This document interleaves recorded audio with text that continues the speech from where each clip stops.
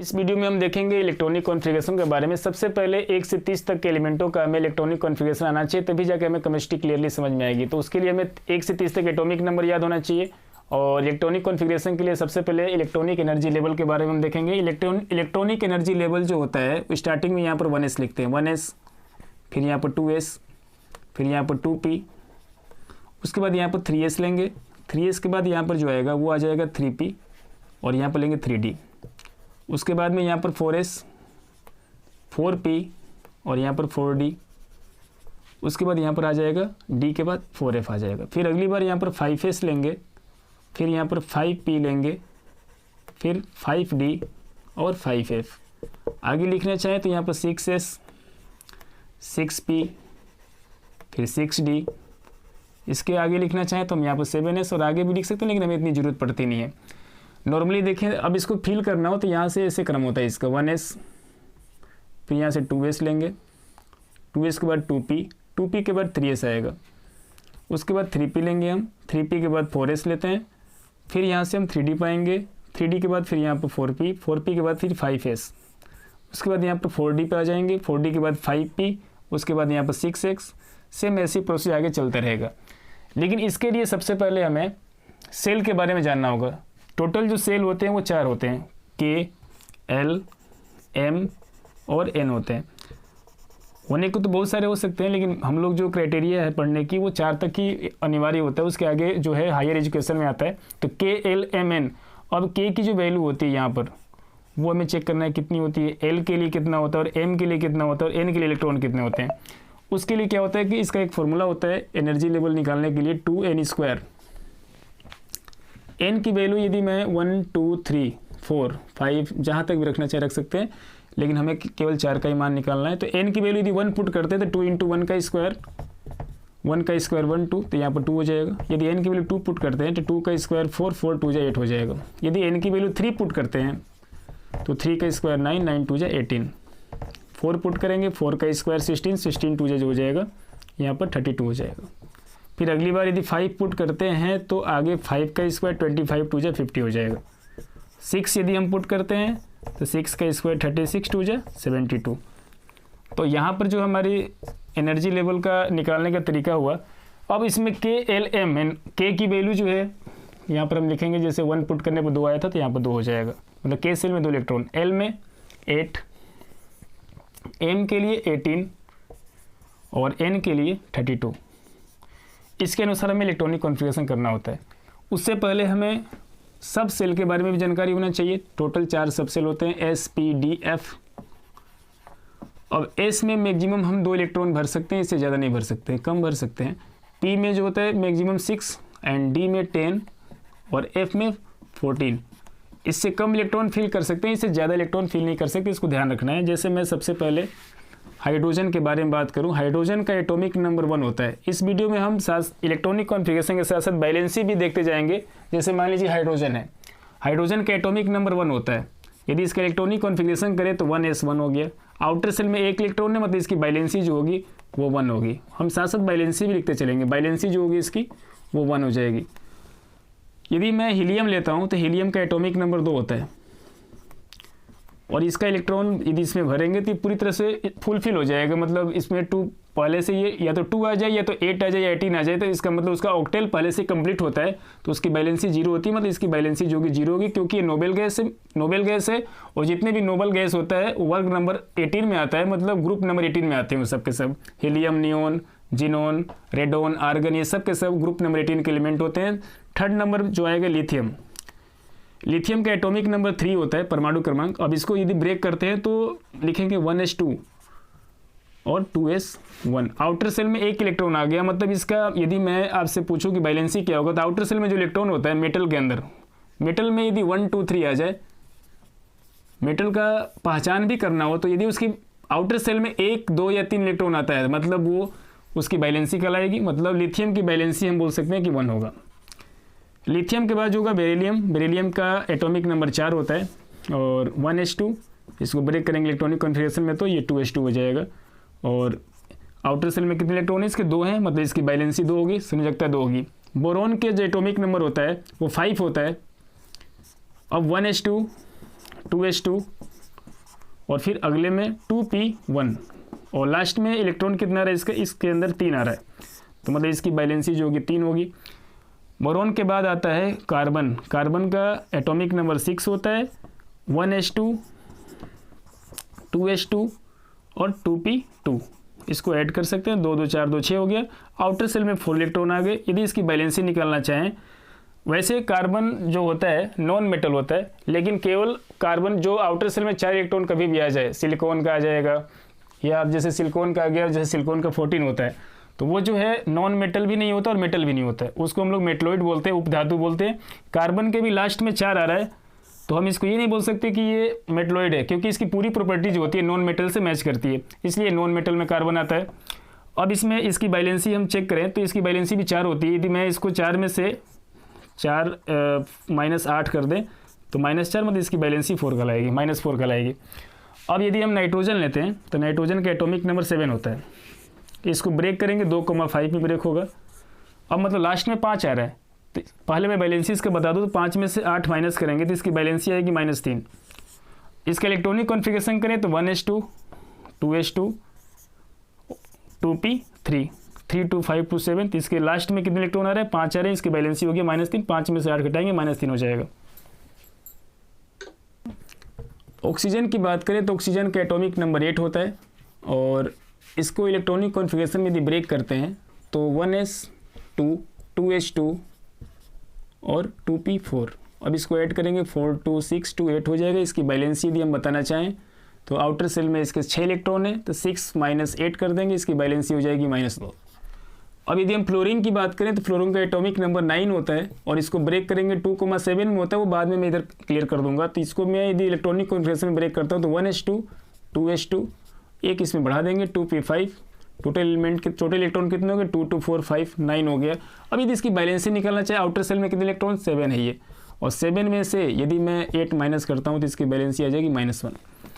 अब इसके बाद नियोन, जो कि ग्रुप नंबर 18 के एलिमेंट है, यह एक नोबल गैस है या इनर्ट गैस बोल सकते हैं। नियोन का एटॉमिक नंबर 10 होता है। इसको ब्रेक करेंगे 1s2 2s2 2p6 और 6 और 2 8। इसका ऑक्टेल पहले से पूरा है, तो इसका जो बैलेंसी होगा वो 0 हो जाएगा, क्योंकि इसकी बैलेंसी नहीं होगा, क्योंकि इसका ऑक्टेल का पहले से कंप्लीट है। उसके बाद सोडियम आ गया। सोडियम का एटॉमिक नंबर 11 होता है और 11 को मैं यदि इलेक्ट्रॉनिक कॉन्फ़िगरेशन में ब्रेक करूँ तो 1s2 2s2 2p6 यहाँ पर कंप्लीट हो जाता है। उसके बाद अगले सेल में जाएंगे, यहाँ पर आ जाएगा 3s1, तो 6 2 8 2 10 और ये 11 हो गया। मतलब इसकी आउटर सेल में केवल 1 इलेक्ट्रॉन है, मतलब इसकी बैलेंसी जो होगी 1 होगी और ये मेटल है, इसलिए इसको 8 में से माइनस नहीं करेंगे। उसके बाद मैग्नीशियम है। मैग्नीशियम का जो एटॉमिक नंबर होता है वो 12 होता है और इसको ब्रेक करेंगे तो 1s2 2s2 2p6 3s2, मतलब आउटर सेल में 2 इलेक्ट्रॉन आ गए इसके, मतलब इसकी बैलेंसी जो होती है वो 2 होती है। एल्युमिनियम की बात करें, एल्युमिनियम का एटॉमिक नंबर 13 होता है, 13 होता है। इसको ब्रेक करेंगे 1s2 2s2 2p6 3s2 और उसके बाद हम अगले में चले जाएंगे 3s2 के बाद 3p और यहाँ पर 1 हो जाएगा। मतलब हम बोल सकते हैं कि इसके आउटर सेल में कितने इलेक्ट्रॉन है, 2 और 1 3 है। 3 है तो मतलब ये मेटल है और मेटल है तो इसकी बैलेंसी भी 3 ही रहेगी। सिलिकॉन, सिलिकॉन का एटॉमिक नंबर जो होता है 14 होता है। इसको ब्रेक करेंगे यदि हम लोग तो 1s2 2s2 2p6 3s2 और यहाँ पे 1 बढ़ा देंगे 3p2 हो जाएगा। मतलब इसके आउटर सेल में कितने इलेक्ट्रॉन हो गए, 4 हो गए। मैंने आपसे पहले ही बोला था जिसके लास्ट में 4 इलेक्ट्रॉन आ जाए, कार्बन को छोड़कर यदि ये 4 इलेक्ट्रॉन आता है तो ये मेटलॉइड हो गया, उपधातु हो गया। इससे हम लोग इलेक्ट्रॉनिक कॉन्फ़िगरेशन से ये भी चेक कर सकते हैं कौन सा मेटल है, कौन सा नॉन मेटल है, कौन सा इनर्ट गैस है या मेटलॉइड है। तो जैसे यहाँ पर 4 आ रहा है तो बोल सकते हैं मेटलॉइड है, उपधातु है और इसका बैलेंसी निकालना है तो 4 में से 8 को माइनस करेंगे, इसकी बैलेंसी हो जाएगी -4। सिलिकॉन के बाद फास्फोरस, फास्फोरस का एटॉमिक नंबर 15 होता है और इसका इलेक्ट्रॉनिक कॉन्फ़िगरेशन करेंगे तो 1s2 2s2 2p6 3s2 और 1 इसमें p में बढ़ा देंगे और 3p3 हो जाएगा। यदि इसकी बैलेंसी की बात करें तो 3 और 2 5 और 5 इसके आउटर सेल में 5 इलेक्ट्रॉन है, तो 5 में से यदि 8 को माइनस करेंगे तो बोल सकते हैं इसकी बैलेंसी हो जाएगी -3। सल्फर का एटॉमिक नंबर 16 होता है। 16 को यदि हम लिखते हैं तो 1s2 2s2 2p6 3s2 और यहाँ पर लिख देंगे 3p4 इसको काउंट करके चेक भी कर सकते हैं, 2 2 4 10 2 12 एंड 14, और उसके बाद इसको 4 ऐड करेंगे इसमें तो 16 हो जाएगा। और आउटर सेल में 6 इलेक्ट्रॉन है, तो हम बोल सकते हैं इसकी बैलेंसी जो होगी 6 - 8 और इक्वल टू -2, मतलब सल्फर की बैलेंसी 2 होती है।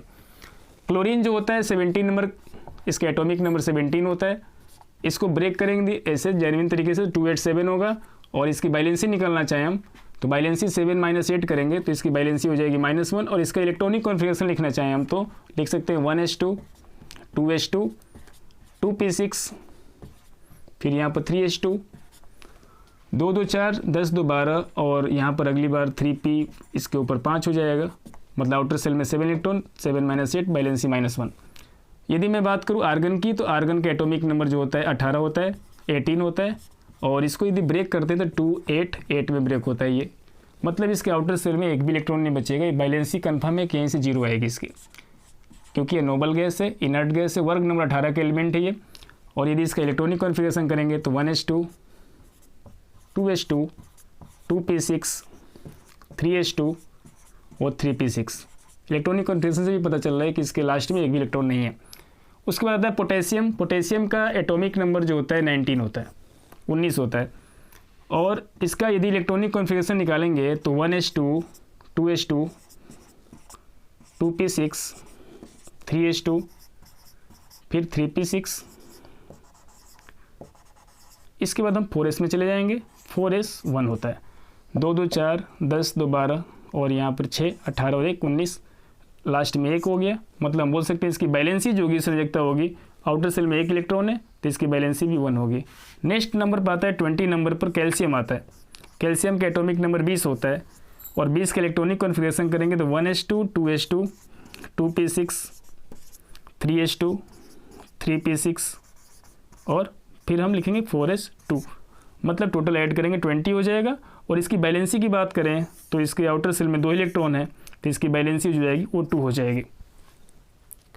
स्कैंडियम जो होता है 20 नंबर 21 आता है उसका एटॉमिक नंबर, और जो 21 से 30 तक के एलिमेंट हैं उनको थोड़ा ध्यान से पढ़ना है, क्योंकि वो रूल को फॉलो भी नहीं करेगा थोड़ा बहुत। जैसे मान लीजिए कि जैसे स्कैंडियम है, स्कैंडियम को हम लोग यदि ब्रेक करते हैं इलेक्ट्रॉनिक कॉन्फ़िगरेशन में तो 1s2 2s2 2p6 3s2 3p6। अब यहाँ पर क्या करेंगे, काउंट कर लेंगे पहले, जैसे यहाँ पर 2 2 4 10 2 12 6 18 18 हो गया, और इसका एटॉमिक नंबर 21 होता है। तो अब क्या करेंगे, यहाँ पर हम 3D पहले लिख लिया करेंगे, और फिर यहाँ पर कॉमन लगा के 4s2। यदि मैं स्कैंडियम के बाद टाइटेनियम की बात करूँ तो टाइटेनियम का जो एटॉमिक नंबर होता है वो 22 होता है।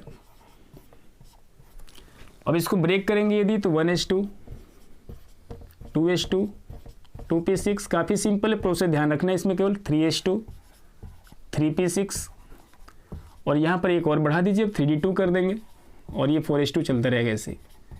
अब यदि बात करें वेनेडियम की, वेनेडियम का एटॉमिक नंबर 23 होता है, और इसका इलेक्ट्रॉनिक कॉन्फ़िगरेशन करेंगे 1s2 2s2 2p6 3s2 3p6, फिर यहाँ पर 3d3 हो जाएगा यहाँ पे, और फिर इसको 4s2 करेंगे। क्रोमियम जो होता है एक्सेप्शनल केस में आता है, क्रोमियम का एटॉमिक नंबर 24 होता है। एक इसमें ये अपवाद आएगा, आप ध्यान से देखें, कभी भी यहाँ पर 4 नहीं लिखना है। जैसे मान लो मैं इसका इलेक्ट्रॉनिक कॉन्फ़िगरेशन करता हूँ तो 1s2 2s2 2p6 3s2 3p6, अब यहाँ पर लिखना हो तो 3d4 लिखते, लेकिन ये 3d4 नहीं लिखना है। यदि जब भी 4 आ जाए यहाँ पे तो हमें 5 लिखना है, और यहाँ पर एक कम कर देना है, मतलब इसको लिखेंगे 3d4 और इसको लिखेंगे 4s1। ये एक्सेप्शनल में आता है, आप बाद में स्टार लगा दें यहाँ पे। क्रोमियम के बाद मैग्नीज, मैग्नीज का atomic number 25 1s2 2s2 2p6 3s2 3p6, अब यहाँ पर 3d5 हो जाएगा।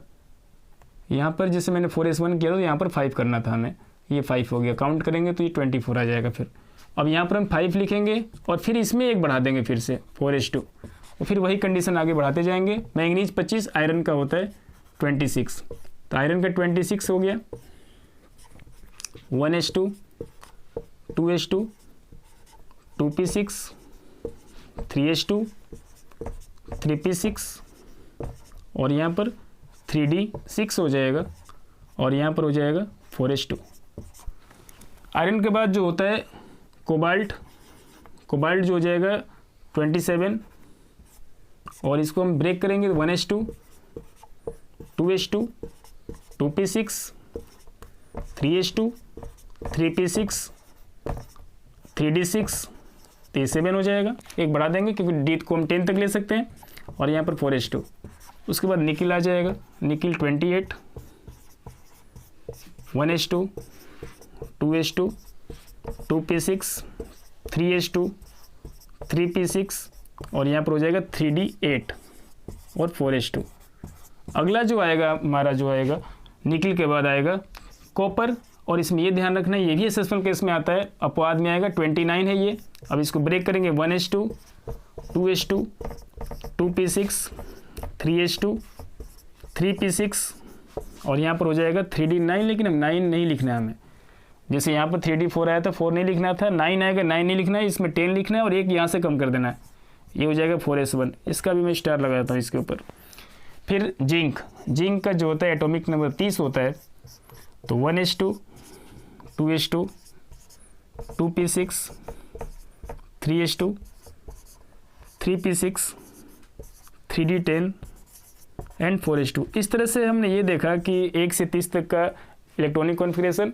और नेक्स्ट वीडियो में मैं यदि आपको इलेक्ट्रॉनिक कॉन्फ़िगरेशन बढ़िया समझ में आ गया तभी आप केमिकल फार्मूला बना सकते हैं, क्योंकि इस यहाँ से हम बैलेंसी निकालना सीख ले और बैलेंसी यदि आपको क्लियरिटी से आ गया तो केमिकल फार्मूला एकदम आसानी से आ जाएगा। तो नेक्स्ट वीडियो में हम देखेंगे केमिकल फार्मूला बनाने के लिए